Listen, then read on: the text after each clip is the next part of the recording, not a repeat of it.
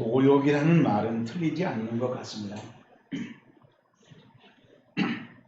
인생을 살면서 60년을 지나갈수록 대체로 탐욕이 점점 커지고 강해지는 것을 쉽게 볼 수 있습니다.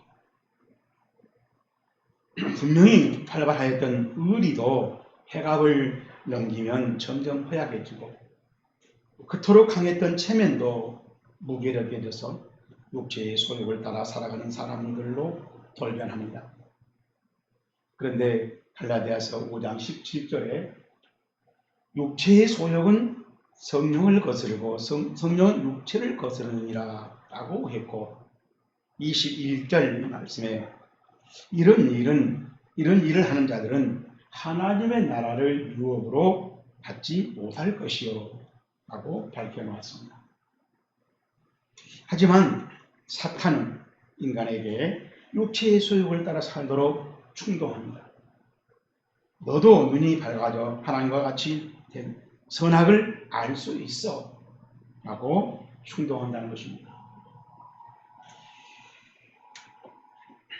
그래서 결국은 하나님이 주신 에덴에서 추방당하고 그러면 에덴에서 쫓겨난 사람은 점점 더 탐욕에 사로잡혀서 그리고 그 탐욕을 이루는 것을 성공이라고 똑똑하다고 영리하다고 칭찬을 하면서 만족을 하면서 노력에 사로잡혀서 살아간다는 것입니다.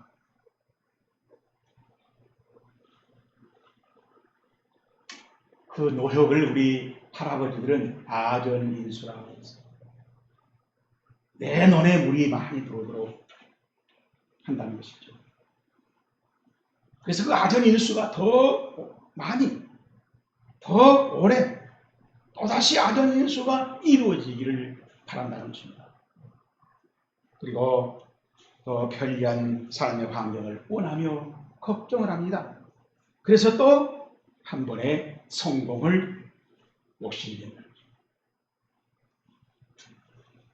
영국 목사 로버트 모리스는 1787년 태어나서 중국에 파견된 개척 선교사님이었는데 이분은 7년 만에 최초로 한 사람 중국 사람 세례를 줬어요. 27년 동안 중국에 선교하면서 10명한테 세례를 줘요. 그러면서 그는 성경 번역에 주력했는데 그가 성경을 번역하고 있을 때 요한일서 3장 2절입니다. 그가 나타나시면 우리가 그와 같은 줄을 아는 것은 그가 참모습 그대로 볼 것이기 때문이니 라고 이 말씀을 번역할 때 같이 번역에 동참하고 도왔던 중국 사람이 내 생각에는 우리 인간이 하나님을 직접 대면할 수 있다는 이 말을 중국 사람들은 믿지 않을 것입니다. 그러니 이 구절을 다르게 바꿔서 번역하는 것이 좋을 것 같습니다. 그러자 모리슨이 대답했습니다. 사람들에게 하나님의 말씀을 있는 그대로 전하도록 합시다.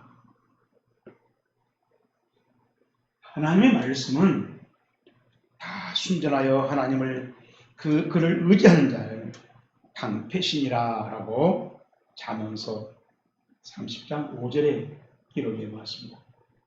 여기서 이 순전하다는 말이 잘 아프라고 하는 말인데 이 말은 불순물이 하나도 없다는 거예요. 그러니까 마치 산에 있는 돌을 주워와서 뜨거운 불 속에 집어넣으면 그 돌이 와서 거기에 있는 금덩어리가 빠져나가고 금덩어리에 있는 불순물을 다 가지고 완전히 금만 모아놓은 이 수인금처럼 그렇게 순수한 것을 잘 아프라고 히브리 사람들 말하는데 하나님의 말씀이 그렇다는 겁니다. 모리슨 목사님은 이걸 믿었던 거죠. 당신 생각에 당신 문화의 습관의 분석에 의해서 이것이 좀 불결해 보일지 모르고 염려될지 모르지만은 좀 자세히 보면은 당신 생각이 틀릴 것이에요.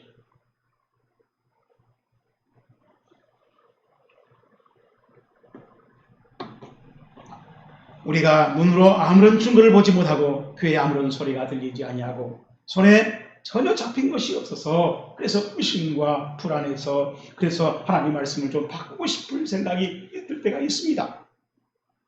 하나님 말씀이 좀 의심스러울 때가 있어요. 그러나 그래도 그 말씀을 그대로 우리가 의지하고 살아갈 때 우리 삶 속에서 오는 시험과 환난과 큰 고통 속에서 승리하는 그한 진정한 진리라는 것을 체험하고 된다는 것이죠. 바로 이 모리슨이 이런 체험을 했기에 그대로 합시다 라고 했던 것이에요. 오늘 설교 본문도 하나님의 말씀을 대충 자기 탐욕대로 들었기 때문에 제자들이 십자가 현장에서 예수님께 그 엄청난 배신을 하게 된 것을 여실히 보여주고 있습니다. 31절 말씀 봅시다.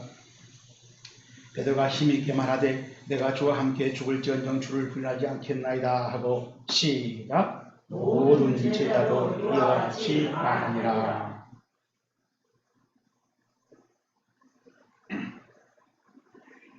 예수님께서 27절부터 시작한 말씀을 제자들이 듣고 베드로와 제자들이 했던 대답이 오늘 31절 말씀입니다.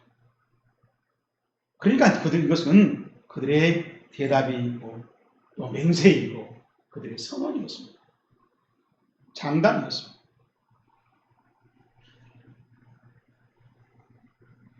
그러나 그 말을 한 후에 직후에 얼마 있다 그 말들이 다 속빈 감정이었다는 것이 드러난다는 것입니다. 여러분, 그래서 저는 설교 시간에 아멘 이걸 길로 이렇게 기대하잖아요. 처음에는 굉장히 좋아했어요.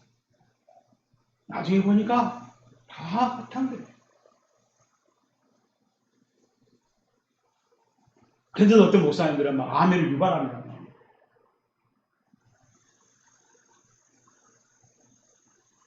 여러분, 그때 분위기는 좋을지 모르지만은 그것을 그 아멘의 분위기를 하나님이 평가하고 계신다는 거예요.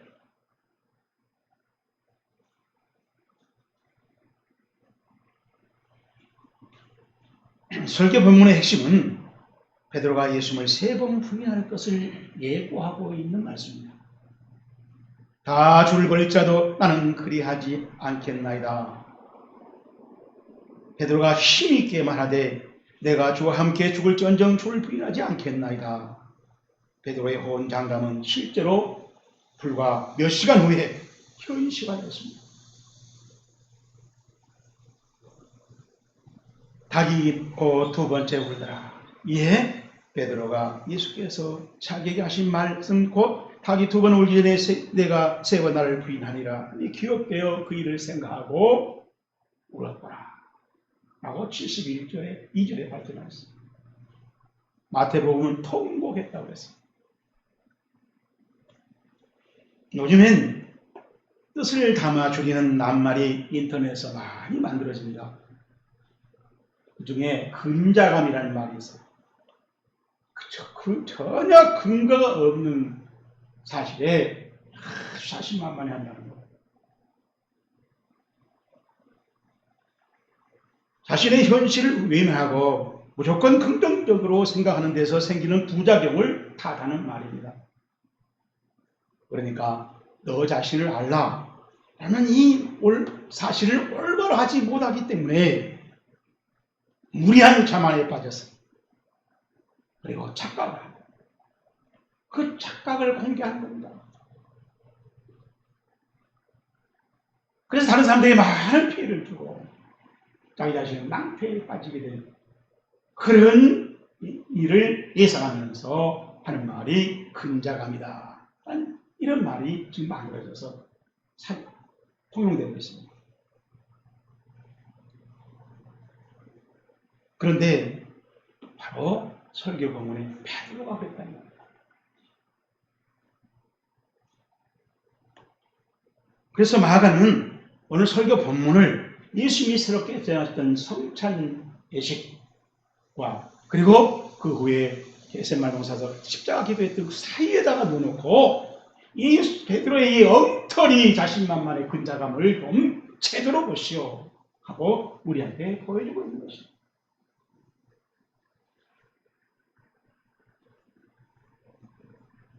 실제로 베드로는 결혼하였음에도 불구하고 배와 그물을 버려두고 예수님을 쫓았습니다. 그리고 밤중에 예수를 향해서 호수 위로 걸어갔던 사람입니다. 주는 그래서 시원한 신앙 고백으로 천국 열쇠까지도 받았습니다. 6월절 식사 때 예수님께서 대야에 물을 담아놓고 제자의 발을 씻기자 베드로가 말합니다. 베드로가 이르되 내 발을 절대로 씻기지 못하시리다. 예수께서 대답하시되 내가 너를 씻겨주지 아니하면 네가 나와 상관이 없느니라. 시몬 베드로가 이르되 주여 내 발뿐이 아니라 손과 머리도 씻어 주옵소서. 또 예수님이 제자들에게 다 너희들을 배신할 거다고 예고하자 베드로는 칼을 차고 다니면서 말고난 사람이 귀를 잘라버릴 겁니다. 그렇게 의협심이 강했다. 그렇게 열정이 불탔다. 예수님을 위해서는 물건을 가리지 않고 모든 것을 헌신할 수 있는 그런 아주 충정심이 불타는 사람이었습니다. 그런데도 그는 주님의 십자가 앞에서 배신했습니다. 제자 훈련은 그런대로 3년 동안 수료했을지 몰라도 예수님의 제자로서는 낙제했다는 거예요. 오늘 우리가 이 베드로처럼 우리가 평가해 본다면 오늘 많은 수료라는 사람은 수두룩이 많아요. 목사도 또 수료되었고 목사하고 있고 장로 권사 많습니다. 그런데 실제로 목사에 합격한 사람, 실제로 장로에 합격한 사람, 실제로 권사에 합격한 사람이 몇 사람이 되냐? 나부터가 수숙으로 떨어질 거예요. 부끄럽죠?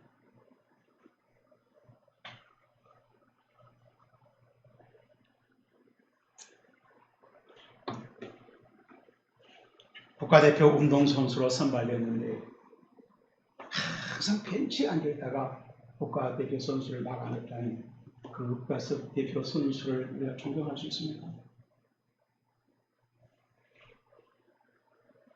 절대로 아니죠. 절대로라고 하는 이유는 운동선수는 경기장에 나가서 경기하는 일을 전문적으로 하는 선수입니다. 그런데 운동선수가 결승전에도 경기장에 나타나지 않았다면 그 운동선수는 스스로 운동선수를 포기해버린 거 아닙니까? 베드로와 제자들 그 중요한 십자가 심판의 경기장에서 나타나지 않고 도망쳤어요.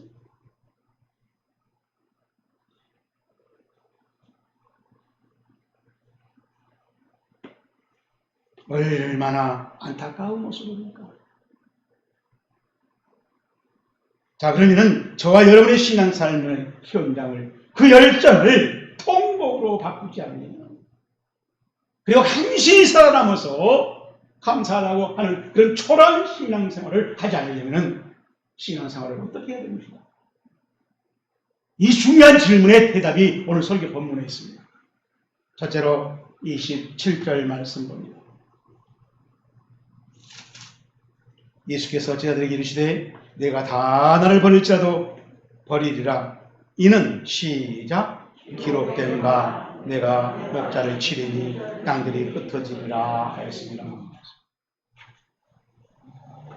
내가 목자를 치리니 양들이 흩어지리라. 예수님이 체포를 당하고 그래서 십자가에 못 박히고 그래서 십자가에 죽고 그러면 제자들이 예수님 자신을 배신할 것이다 라고 하는 뜻이라고, 이런 일이 하나님께서 다 알고 스가랴서 13장 7절에 기록에 왔다고 예수님이 제자들에게 밝힌 것입니다. 하나님께서 계획적으로 예수님의 십자가 죽음을 제작하셨다는 뜻이에요. 그럼 제작이 무슨 말입니까? 어떤 재료를 가지고 어떤 기능과 내용이 이루어지도록 그것을 만드는 어떤 물건이나 예술 작품을 말합니다. 그래서 예수님의 십자가 화목제물은 하나님께서 만드신 신약이라는 것입니다. 이 신약을 먹는 사람들은 바로 그 신약에 들어가서 우리 안에 있는 유욕을, 탐욕을, 성공 심리를 죽여버린다는 것입니다. 바울이 말합니다. 내가 그리스도와 함께 십자가에 못 박혔나니 이제 그런 적이 이제는 내가 사는 것이 아니요 오직 내 안에 그리스도께서 사신 것이다. 여러분, 이것을 예수 믿는다고 하죠. 내 안에 그리스도께서 사시고 내 육종이 죽어버리고 성공심리가 들고 쟁취해서 그것을 축복이라고 분동하려는 그런 억지가 죽어버립니다. 그 신약이 십자가의 화목제물이었다는 것입니다. 하나님이 그 약을 제하겠다는 것.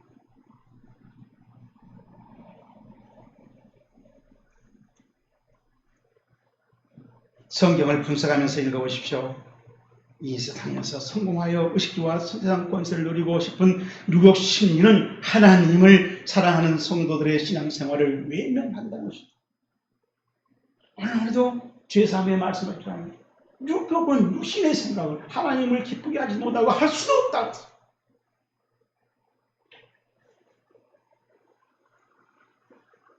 그러면 하나님을 사랑하는 자의 신앙삶은 어떤 모습이던가? 바울이 로마서 8장 28절에서 말하죠. 합력하여 선을 이룬다. 마음과 뜻과 힘을 다하여 하나님을 사랑하려면 내 안에 있는 유욕 심리가 죽어 없어져야 하는 수밖에 없습니다. 그래서 하나님을 사랑하는 자의 신앙삶을 꿈꾸는 사람에게 예수님의 십자가 화목제물은 절대 복음입니다. 그러므로 제작되는 십자가의 복음을 올바로 알고 결심하고 먹어서 그 효능을 기록해 놓은 게 사도행전 2장이고 그것이 음부의 권세가 이기지 못한 내 교회였다는 것입니다. 저와 여러분도 기록된 말씀을 존중하여 내 교회를 이루어가기를 주의 이름으로 축복합니다. 두 번째로 30절 말씀입니다. 예수께서 이르시되 내가 진실로 내게 이르노니 오늘 이 밤 닭이 2번 울기 전에 시작 내가 3번 나를 부인하리라. 예수님은 스가랴서 13장 7절에 있는 기록된 말씀을 인용해서 제자들이 다 나를 배신할 것이라고 예고했습니다. 그리고 내가 살아난 후에 너희보다 먼저 갈릴리로 가겠다라고 다시 우리 신앙생활을 다시 시작하자라고 말씀해 주셨고 또 예수께서 이르시되 내가 진실로 내게 이르노니 오늘 이 밤 닭이 2번 울기 전에 내가 3번 나를 부인하리라 하면서 특별히 베드로 개인에게만 11명 중에서 가론지를 제꼈습니다. 나머지 10명을 제끼더라도 너라도 한 명이라도 건지고 싶어서 베드로에게 말합니다.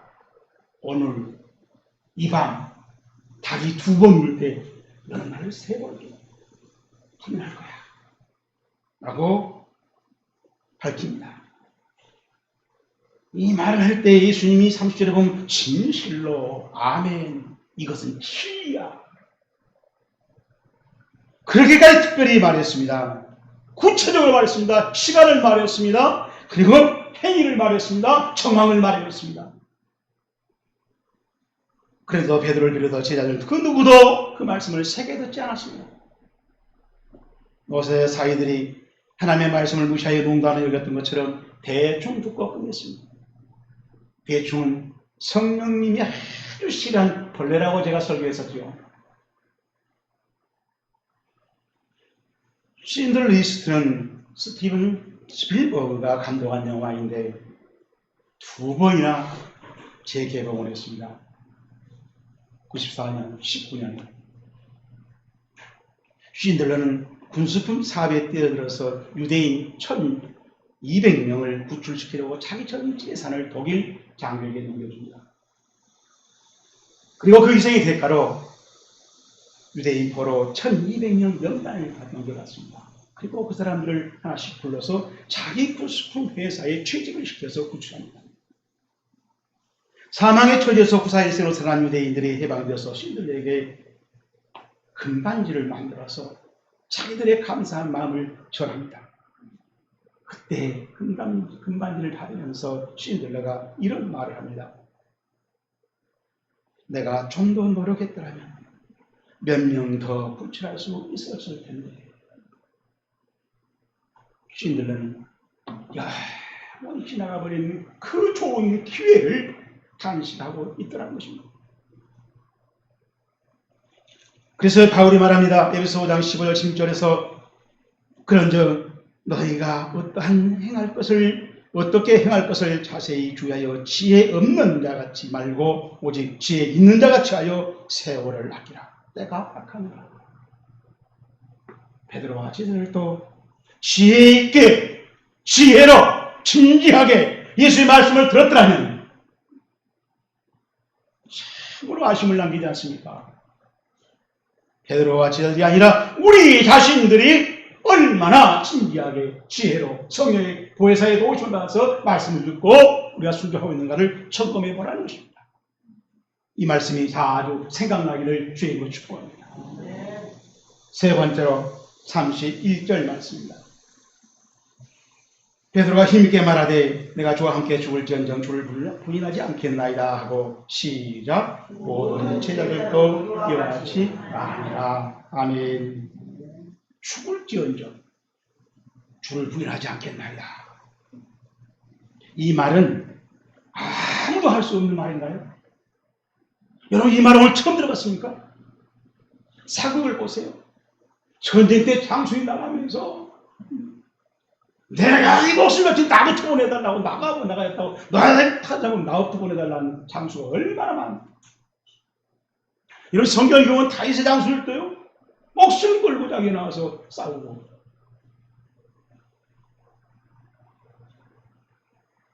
그런데 전쟁의 전투에 출제하는 수많은 장수들이 목숨을 아까워하지 않습니다.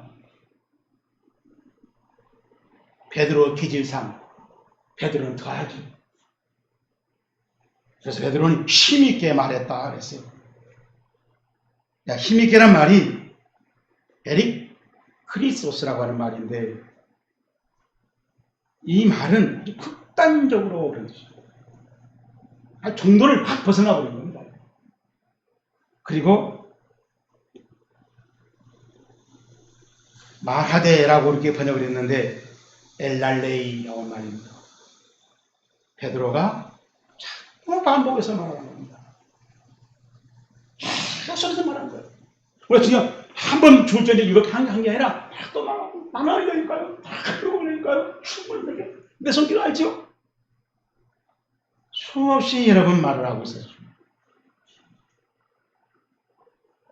그래서 앰플리파이어 바이블에 보면은 베드로 said more permanently and repeatedly 반복해서 베드로가 계속 몇 번이나 예수님께 장담을 했습니다. 자신만만 했습니다. 사람은 자기만 모르는 자기의 어떤 흠이 있습니다.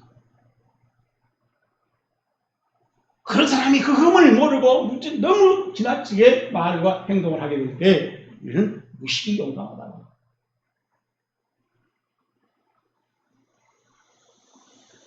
제자들이 허약하고 비겁해서 배신했을까요?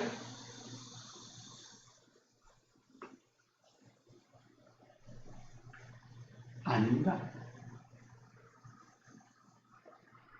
예수님께서 십자가형의 화목제물로 나아가신 그 마음을 제자들은 납득하지 못했기 때문에 발걸음을 멈추고 발걸음을 뒤돌리고 도망쳐버리고 저 예수님과 내 생각은 달라. 어떻게 보면 그런 베드로와 제자들이 굉장히 똑똑하고 영리한지 몰라요. 오늘 우리는 그런 영리하다고 똑똑하다고 그런 사람을 평가하잖아요.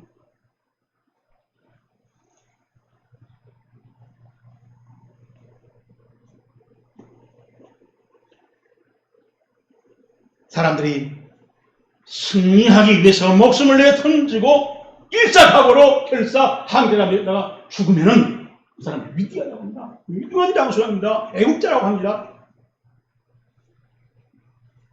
만약에 예수님께서 십자가를 향해서 가는 것이 결사항쟁 일사각오였다면 베드로가 제일 먼저 또 봉착했을 것입니다. 제자를 또 나도 하고 봉착했을 것입니다. 그런데 십자가 앞에서 베드로 예수님은 철저하게 무저항했고 무기력했고 무능하게 십자가를 지게 했습니다. 그러니 제자들이 장수 각오를 상실할 수밖에 없어요. 제자들은 그 충성심이 다 몰아버린 겁니다. 그게 펄펄 끓던 장수의 일사각오의 그 충성심이 다 사라져버립니다. 예수님의 결심 때문에. 죽음을 목표로 하시는 예수님의 발걸음에 제자들은 그 큰 맹세를 헛스윙하고 말았어. 여러분 야구친 데 보세요. 헛스윙이 세면 셀수록 그들은 균형을 잃고 넘어져 봅니다. 제자들이 십자가 앞에서 헛스윙을 친 겁니다. 잘못 판단한 거죠. 예수님하고 생각이 합칠 수가 없었기 때문에 헛스윙 치고 도망친 거예요. 여러분, 그러한 헛스윙을 하나님은 믿음이라고 하지 않더라. 용기라고 하지 않더라. 그것을 영리하고 똑똑하다고 하지 않더라. 이것을 기억하시기를 축복합니다. 자, 이제 오늘 설교 말씀을 거울 삼아서 우리 자신을 비춰봅시다. 어떤 모습이 무엇이 보이나요? 예수님께서 제자들에게 말씀하셨습니다. 내가 살아난 후에 너희보다 먼저 갈릴리로 가라. 그런데 제자들은 살아난 후에 갈릴리란 이 두 단어가 들리지 않는 겁니다. 부활하는 말이 생각나지 않는 겁니다. 갈릴리라는 것이 무슨 의미인지 딱 시시해서 던졌어요. 왜 그랬을까요? 성공하려면, 성공 쟁취하려면, 정복하려면 수도 예루살렘으로 가서 그래야 한 판을 돌려야 목숨을 걸고 승리해서 대통령을 만들고 그럼 나도 장관 한 자리 받고 총이라도 해먹을 수 있는 것인데 저 시골 갈릴리 가서 뭘 하겠다는 거예요. 기권해서 목숨을 걸고 자라면 이 자기는 행복했죠. 싫다는 겁니다. 그러려면 내가 배를 버리고 부모를 버리고 집을 버리고 예수를 따랐냐고 말이죠. 굉장히 똑똑한 제자들이었습니다. 그런데도 예수님은 갈릴리로 가서 신앙 훈련을 다시 시작하겠다는 것입니다. 여러분, 여기서 우리는 믿음이라는 게 무엇을 말하는 것인지 예수님의 말하는 믿음을 보고 배우고 붙들어야 됩니다. 다 버릴지라도 나는이라고 하는 이 비교의식 때문에 성공지향적인 권력에 심취되어 있을 때는 말씀이 들어와도 길값밭이 되고 돌밭이 되고 떨기밭이 된다는 것입니다. 그 비교의식을, 그 성공심리를 권력 추구를 수술하겠다는 겁니다. 믿음의 밭에 가시이고 돌이기 때문이었습니다. 기도하겠습니다.